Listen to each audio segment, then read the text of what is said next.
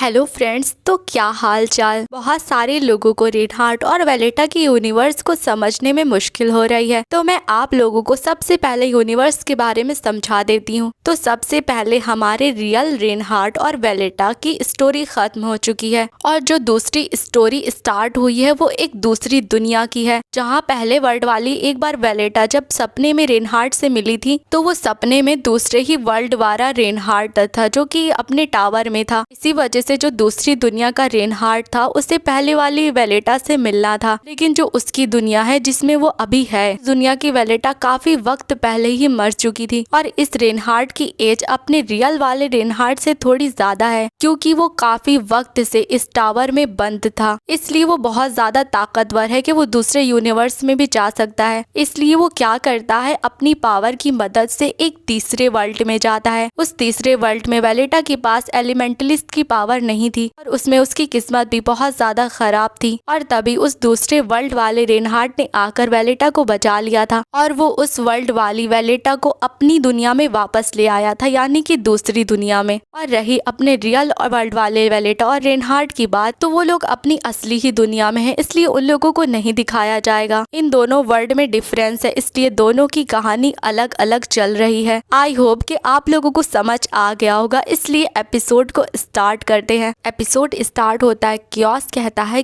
क्या मैं तुम्हारा नाम जान सकता हूँ। वेलेटा कहती है तुम्हें मेरा नाम पहले से पता है ना। कियोस कहता है लेकिन फिर भी हमें एक दूसरे को इंट्रोड्यूस कर देना चाहिए। वेलेटा कहती है कि मेरा नाम वेलेटा डिलाइट है। कियोस कहता है वेलेटा कितना खूबसूरत नाम है, मैं कब से तुम्हारा इंतजार कर रहा था। वेलेटा कहती है मेरा इंतजार, लेकिन क्यों। कियोस कहता है क्योंकि जल्दी ही तुम मेरी सेवियर बनने वाली हो और तुम्हारे लिटिल गेस्ट का भी यहाँ पर स्वागत है। वेलेटा कहती है लेकिन तुम्हें इसके बारे में कैसे पता चला। कियोस कहता है हम काफी सेंसिटिव होते हैं, इसलिए दूसरों की एनर्जी को सेंस कर लेते हैं, इसलिए मैंने भी सेंस कर लिया। इस बच्चे का फादर मैजिशियन टावर का हेड है ना। वेलेटा कहती है कि इससे कोई फर्क नहीं पड़ता, मैं यहाँ पर इसलिए आई थी क्योंकि मैंने सुना था कि यहाँ पर मुझे प्रोटेक्ट करा जाएगा। कियोस कहता है कि ऑफ कोर्स मैं तुम्हें प्रोटेक्ट करूंगा। इस दुनिया का दरवाजा सिर्फ एक वैम्पायर के बनाए हुए पोर्टल के द्वारा खोला जा सकता है। फर्क नहीं पड़ता है वो कितना बड़ा मैजिशियन है, वो बिना मेरी इजाजत के यहाँ पर कदम नहीं रख पाएगा। इसलिए अब मुझे इजाजत दो कि मैं दोबारा से तुम्हारा वेलकम करूँ वेलेटा। फिर वेलेटा बताती है कि कियोस ने मुझे कुछ चीजें बताई थी और ट्रांसेंडेंट्स के बारे में भी मुझे कुछ बातें याद थी। ट्रांसेंडेंट में सबसे पहले ये कॉमन बात होती है कि उनकी आंखें सिल्वर कलर की होती हैं। सिर्फ ट्रांसेंडेंट्स होते हैं जो कि दोनों दुनिया में आ जा सकते हैं। इसलिए कियोस ने राहुल को अपनी पावर दी थी ताकि वो मुझे यहाँ पर ला सके और इसके अलावा वो मैजिशियन टावर का हेड भी एक ट्रांसेंडेंट है। मुझे अब ये बात रियलाइज हुई है कि मैं उसके बारे में कितना कम जानती हूँ। कियोस कहता है तो वेलेटा तुम्हारी बस इकलौती यही कंडीशन है कि मैं तुम्हें उससे सेफ रखूं। वेलेटा कहती है हाँ, और आपको इसके बदले में जो चाहिए है वो होम्युनिकुलस है ना। क्या आप मुझे बता सकते हैं कि आपको उसकी क्यों जरूरत है। कियोस कहता है कि जैसा कि तुम देख सकती हो इस दुनिया में कोई भी जिंदा चीज नहीं है, इसका मतलब है कि हम लोगों को खून मिलने का भी कोई रास्ता नहीं है, इसलिए हमारे पास यही रास्ता बचता है कि हम इंसानों की दुनिया में जाकर इंसानों को हंट करें। हालांकि ऐसा करने से सिर्फ हमारी ब्लड सप्लाई नहीं खत्म हुई, बल्कि इसके अलावा हमारे जैसे लोग बहुत इंसानों के हाथों द्वारा मारे जा रहे हैं। इसलिए हमारे पास सिर्फ एक रास्ता है होम्युनिकुलस बनाने का, यानी कि एक आर्टिफिशियल इंसान। वेलेटा कहती है तो साफ तौर पर कहा जाए तो आपको एक ब्लड फैक्ट्री चाहिए। कियोस कहता है होम्युनिकुलस के अंदर इंसानों वाले इमोशन नहीं होते। वेलेटा सोचती है कि ये बात सच है कि होम्युनिकुलस सिर्फ इंसान की तरह दिखते हैं, ना ही उनके पास दिमाग होता है और ना ही उनके पास सोल होती है। वो कियोस से कहती है वो इंसान नहीं होते, लेकिन फिर भी होते तो इंसान है। कियोस कहता है तो फिर तुम बस उनके अपीयरेंस को चेंज कर देना, मुझे पता है कि तुम इस काबिल हो कि ऐसा कर सकती हो। हमें जब तक के खून मिलता रहेगा कोई फर्क नहीं पड़ता कि वो चीज कैसी दिखती है। वेलेटा सोचती है ह्यूमन राइट्स के द्वारा होम्युनिकुलस को बैन कर दिया गया है, लेकिन इन वैम्पायर को इन सब से कोई फर्क नहीं पड़ता। सच कहूँ तो मैं इंसान इंसानों के द्वारा उन्हें जज नहीं कर सकती हूँ। वो एक डिफरेंट तरह की जिंदगी होती है जो कि इंसानों से अलग होते हैं और इस वक्त वही मेरी एक लौती उम्मीद है। मैं इतनी दूर आ चुकी हूँ इसलिए मेरे पास कोई और रास्ता नहीं है। फिर वो कियोस से कहती है कि ठीक है, मैं ये करने के लिए तैयार हूँ। कियोस कहता है कि हम तुम्हारे बहुत ज्यादा शुक्रगुजार हैं। वैसे मैं ये बात जानता हूँ किसी इंसान से ये बात कहना उसके ऊपर एक बोझ है, लेकिन मुझे काफी फिक्र हो रही है। हालांकि वैम्पायर के पास बॉडी हीट या फिर उनके पास दिल नहीं होता, इसलिए हमारे पास कोई और रास्ता नहीं होता सिवाय दूसरों के ऊपर निर्भर होने के। इसीलिए मैं कसम खाता हूँ कि मैं हर हाल में तुम्हें प्रोटेक्ट करूंगा। इसलिए मैं उम्मीद करता हूँ कि फ्यूचर में हमारी मदद करके तुम हमें प्रोटेक्ट करोगी। तुम बहुत कोल्ड हो लेकिन फिर भी काइंड हो, तो आखिर मैं अपनी फ्यूचर सेवियर के सामने कैसे काइंड नहीं हो सकता हूँ। वेलेटा कहती है कुछ लोगों के अंदर इतनी ज्यादा हीट होती है कि वो दूसरों को जला सकते हैं, उसके बावजूद वो काफी कोल्ड रहते हैं। कियोस कहता है कि मैं तुम्हारे लिए एक मेड का इंतजाम कर दूंगा, लेकिन अभी के लिए तुम जाकर बस आराम करो। लेकिन उसके जाने से पहले वेलेटा उससे कहती है कियोस तुम्हारा शुक्रिया। कियोस मुस्कुरा कर कहता है कि इसमें कोई बड़ी बात नहीं। नेक्स्ट सीन में वेलेटा के उसे टूटे हुए नेकलेस को देखते हैं। रेनहार्ड आकर उस नेकलेस को उठा लेता है और कहता है तुम्हारी हिम्मत कैसे हुई। वेलेटा टिलाइट तुम्हारी हिम्मत कैसे हुई मुझसे दूर भागने की। इस बात पर तो मुझे यकीन है कि वेलेटा इस ब्रेसलेट को अकेले नहीं तोड़ सकती। हाँ, मैं सही समझा, वो भागी नहीं है, कोई उसे यहाँ से ले गया है। मैं उस इंसान को ट्रैक नहीं कर सकता क्योंकि उसके माना को यहाँ से हटा दिया गया है, लेकिन फिर भी मैं पता लगा सकता हूँ कि इस ब्रेसलेट के साथ क्या हुआ है। फिर वो टेलीपोर्ट होकर हीलर के पास पहुँचता है। हीलर कहता है मैजिशियन टावर के हेड आप यहाँ पर कैसे। रेनहार्ड कहता है मैं वेलेटा को ढूंढ रहा हूँ। हीलर कहता है माफ कीजिएगा लेकिन वो कौन है। रेनहार्ड कहता है कि वो एक इंसान है और वो यहाँ पर जरूर आई थी, और तभी वो हीलर पर हमला कर देता जिस वजह से हीलर को दर्द होने लगता है। और वो कहता है अगर आप उस सोकोरो की बात कर रहे हैं तो वो कल यहाँ पर आई थी, वो एक मैजिशियन के साथ आई थी जिसका नाम केट था। रेनहार्ड कहता है शायद तुम उस लड़की की बात कर रहे होगे जो कि वेलेटा के आसपास घुमा करती थी। हीलर कहता है शायद से वो सोकोरो अभी इस वक्त बहुत परेशान हो रही होगी क्योंकि वो बहुत ज्यादा शॉक लग रही थी जब उसे पता चला था कि वो प्रेग्नेंट है। और ये बात सुनकर तो रेनहार्ड भी शॉक हो जाता है। हीलर कहता है कि आपको फिक्र करने की जरूरत नहीं है। रेनहार्ड कहता है कि तुम्हारे कहने का मतलब क्या है। हीलर कहता है कि मैंने उसे छुटकारा पाने का सुझाव दिया था जिस वजह से आपको बांधने वाली कोई चीज नहीं आएगी। तभी रेनहार्ड उसके हाथ पर पैर रख देता है जिस वजह से हीलर को बहुत दर्द होने लगता है। और रेनहार्ड गुस्से से कहता है कि तुम होते कौन हो, तुम्हारी हिम्मत कैसे हुई उसे ऐसा सुझाव देने की, बदतमीज कहीं के। हीलर कहता है लेकिन वो बच्चा एक सोकोरो का बच्चा है, या फिर आप चाहते हैं क्या आप उस बच्चे को रखना चाहते हैं। लेकिन रेनहार्ड पैर हटा लेता और कहता अगर वो छुटकारा पाना चाहती थी तो फिर वो भाग क्यों गई, क्योंकि जब कोई इंसान प्रेग्नेंट होता है तो वो अपने पार्टनर के पास रहना चाहता है। तो मुझे इसका जवाब बताओ, आखिर वो भाग क्यों गई। हीलर कहता है कि मुझे इसका कोई भी आइडिया नहीं है, अगर वो भाग गई है तो इसका मतलब यही होगा कि वो उस बच्चे को रखना चाहती है। रेनहार्ड कहता है कि तुमने अपनी हद पार कर दी। फिर वो चुटकी बजाता है और उस हीलर का हाथ काट देता है। और रेनहार्ड सोचने लगता है कि वो मेरे बच्चे के साथ प्रेग्नेंट है लेकिन वो मुझे बिना बताए भाग गई। मैंने अपनी पूरी कोशिश करी थी उसे अच्छे से ट्रीट करने की, यहाँ तक कि मैंने उसके कानों में ये भी डाल दिया था कि मैं उससे प्यार करता हूँ, और इसके अलावा आखिर मुझे क्या करना चाहिए था। फिर वो रूम में आकर कहता है एक खिलौना खोने में क्या ही बुराई है, वैसे भी उसे पकड़ना इतना ज्यादा मुश्किल नहीं होगा। जब मैं उसे पकड़ लूंगा तो उसके पैरों को तोड़ दूंगा ताकि वो कभी भाग ना सके। मैं उसे ऐसा बना दूंगा कि वो सिर्फ मुझ पर निर्भर हो सके और आगे से कभी मुझसे दूर भागने की कोशिश ना कर सके। उसके बाद भी अगर उसे अकेलापन महसूस होगा तो उसके हाथ में मैं उस बच्चे को पकड़ा दूंगा। वैसे भी मैंने कभी भी अपने खून को पीछे छोड़ने का इरादा नहीं करा, लेकिन मैं तभी इजाजत दे सकता हूँ अगर वो ऐसा चाहती है। मेरा दिल इसीलिए फटा जा रहा है क्योंकि मुझसे मेरी चीज छीन ली गई है और उसके ट्रेसेस पूरे रूम के अंदर फैले हुए हैं। मुझे बहुत घिनौना और भयानक महसूस हो रहा है, लेकिन ऐसा क्यों। और तब रेनहार्ड को रियलाइज हुआ वो खिड़की के बाहर जो नजारा देखता था अब वो नजारा बदल चुका था। उसे रियलाइज हुआ उसे ऐसी दुनिया में छोड़ दिया गया था जहाँ पर वेलेटा नहीं थी और वहाँ पर ना खत्म होने वाली जिंदगी थी और बस इंतजार। फिर नेक्स्ट सीन देखते हैं हैं कि सीधा 4 साल बीत जाते हैं। वेलेटा को देखते हैं जो कियोस के साथ थी और वहाँ काफी बर्फ पड़ रही थी। कियोस कहता है वेलेटा तुम फिर इतनी ठंड में बाहर आ गई। वेलेटा कहती है टेरियन ने कहा है कि वो बाहर खेलना चाहता है। तभी वेलेटा का बेटा यानी कि टेरियन आकर कहता है मम्मी ये देखिए मैंने स्नोमैन बनाया। वेलेटा कहती है ये तो कितना क्यूट है, क्या तुमने ये खुद बनाया है? टेरियन कहता है कि मैंने ये राउल के साथ मिलकर बनाया है और मम्मी आप इसे रख लीजिए, मैंने ये आपके लिए बनाया है। फिर नेक्स्ट सीन देखने कियोस कहता अगर तुम चाहो तो इस दुनिया में रुक सकती हो, क्या तुम सच में जाना चाहती हो? वेलेटा कहती है हाँ मैंने अपने वादे को निभा दिया और वो सोचती है कि मैंने यहाँ पर 4 साल बिताए हैं। मैंने होम्युनिकुलस को भी बना दिया है जैसा कि वैम्पायर्स चाहते थे। अगर वो उसके अंदर माना को डालते रहेंगे तो उसकी ब्लड सप्लाई कभी खत्म नहीं होगी। कियोस कहता है लेकिन ये बहुत बुरी बात है वेलेटा, तुम और टेरियन हमारी जिंदगी का एक हिस्सा बन गए हो, इसलिए इस बात को कभी भी नहीं भूलना कि तुम लोग जब चाहो वापस आ सकते हो। वेलेटा हंसते हुए कहती है कि आपका बहुत शुक्रिया। कियोस कहता है जब मैंने तुमसे वापस आने के लिए कहा तो तुमने इस सवाल का जवाब हाँ में नहीं दिया। वेलेटा कहती मुझे माफ करना, अब मैं उस तरह की फीलिंग्स अपने दिल में किसी के लिए रखना नहीं चाहती। और कियोस तुम मेरे सेवियर हो और एक बहुत खास दोस्त भी। फिर वेलेटा मन में कहने लगती है कियोस ने मुझे 4 साल तक प्रोटेक्ट करा। इसका कारण ये है कि मैं ऐसी रिसर्च कर रही थी जिनके ऊपर उसके लोगों की जिंदगी डिपेंड थी। इसके अलावा वो टेरियन से प्यार करता था, इसलिए हम लोग एक इंसानों वाली जिंदगी जी पाए। फिर वेलेटा कहती है कि मैं इसलिए वापस जा रही हूँ क्योंकि मैं कॉन्फिडेंट हूँ कि अब वो लड़का मुझे अब कोई तकलीफ नहीं पहुँचा पाएगा। मैं ये सब कुछ खुद के लिए और अपने बच्चे के लिए कर रही हूँ। कियोस कहता है कि मैं तुम्हारे फैसले का सम्मान करता हूँ वेलेटा, और मैं यही उम्मीद करता हूँ कि कभी तुम्हारे पास बुरे दिन नहीं आए। फिर थोड़ी देर बाद देखते हैं वेलेटा वहाँ से जाने के लिए तैयार थी। कियोस कहता है कि मैंने तुम्हें पहले नहीं बताया क्योंकि मैं नहीं चाहता था तुम्हें फिक्र हो, लेकिन अगर तुम वापस जाओगी तो चीजें अच्छी नहीं रहेंगी। इंसानों की दुनिया में मैजिशियन टावर के हेड ने उथल पुथल मचा कर रखी है। वेलेटा कहती है कि मैंने पहले इस बारे में नहीं सुना। कियोस कहता है तुम्हें किसी ने इसलिए नहीं बताया होगा क्योंकि कोई नहीं चाहता होगा कि तुम्हें फिक्र हो और तुम रिकवर हो सको, और मैं जानता हूँ कि तुम इस बारे में नहीं सुनना चाहती, लेकिन जिस आदमी को तुमने धोखा दिया है वो हमारी सोच से भी ज्यादा पागल है। वेलेटा कहती हाँ मैं जानती हूँ वो इसी तरह का आदमी है। कियोस कहता है लेकिन बिल्कुल भी गिल्टी फील मत करना वेलेटा, ये सब कुछ तुम्हारी गलती नहीं है। तुमने मेरा हाथ इसलिए थामा था ताकि तुम खुद को बचा सको। टेरियन कहता है अंकल क्या हम लोग फिर से एक दूसरे से मिलेंगे? कियोस अपने गले से एक नेकलेस निकालता है और उसे टेरियन को देता हुआ कहता है ऑफ कोर्स तुम जब चाहो वापस आ सकते हो। टेरियन कहता है क्या सच में? कियोस कहता है सच में, क्या तुमने कभी पहले मुझे झूठ बोलते हुए सुना है? टेरियन नाम में सर हिलाता यानी उसने कभी नहीं सुना। ये देखकर वेलेटा हंसने लगती है। टेरियन कहता है वाओ मुझे अंकल का नेकलेस मिल गया। तभी कियोस कहता है कि जब तुम यहाँ पर पहली बार आई थी तो ऐसा लग रहा था कि तुम जीना नहीं चाहती, लेकिन तब से लेकर अब तक तुम बहुत बदल गई हो। शायद से ऐसा इसलिए क्योंकि तुमने जीने का रीजन ढूंढ लिया है, इसलिए उससे ज्यादा नफरत मत करो। वेलेटा कहती है कि मैं उससे नफरत नहीं करती, बल्कि हम दोनों बस एक दूसरे के लिए ठीक नहीं थे। कियोस कहता है मुझे ये कहते हुए बुरा लग रहा है, लेकिन जो लोग ट्रांसजेंडर बनने के लिए पैदा हुए होते हैं उनके अंदर हमेशा अकेलेपन और बोरियत की भावना होती है, इसीलिए हमें ऐसे किसी चीज की जरूरत होती है जिससे कि हमारी जिंदगी की कीमत हो जाए। वेलेटा कहती है इसका मतलब यह तुम्हें भी ऐसा ही महसूस होता है? कियोस कहता है कि ये इमेजिन करना मेरे लिए थोड़ा मुश्किल है, लेकिन वेलेटा को उसकी कही हुई बात समझ नहीं आती। कियोस कहता है कि मैं खुशकिस्मत हूँ कि मेरे पास कुछ खास दोस्त हैं जिन्होंने मेरी कंट्री के लिए अपनी आम जिंदगी को छोड़ दिया। तभी वहाँ पर 2 लोग आते हैं जो एलिजा और लैग्रिस की तरह दिख रहे थे। एलिजा लैग्रिस से कहती है एक वैम्पायर बनने के बाद भी तुम इतने फिट कैसे हो? लैग्रिस कहता है कि मुझे इस तरह से परेशान करना बंद करो एलिजा। फिर वेलेटा सोचने लगती है कि कियोस ने बताया था कि वो लैग्रिस और एलिजा के साथ ह्यूमन वर्ल्ड में एडवेंचर पर गया था, और ये तब की बात है जब वो लोग इंसान हुआ करते थे। मैंने सुना था कि वैम्पायर बनने वाला उन लोगों का प्रोसेस बहुत ज्यादा पेनफुल था। लेकिन वो लोग एक दूसरे से इतना प्यार करते थे कि उन्होंने इस दर्द को सहन कर लिया। कियोस कहता है उस टावर के हेड की पर्सनालिटी इतनी ज्यादा खराब होना आम बात है क्योंकि उसके पास कोई ऐसा नहीं था जैसे कि मेरे पास था। लैग्रिस कहता है ओहो, तुम उसके सामने कितना कूल बर्ताव कर रहे हो। तुमको याद है ना कि जब हम लोग कियोस से पहली बार मिले थे तो ये किताबी कीड़ा था। एलिजा कहती है और तुम ऐसा बर्ताव क्यों कर रहे हो जैसे कि तुम बहुत ऊपर हो, कि हाल ही में तो तुमने एक अच्छा इंसान बनना शुरू करा है। कियोस बहुत एम्बैरेस हो जाता और कहता है मुझे तुम दोनों परेशान करना बंद करो।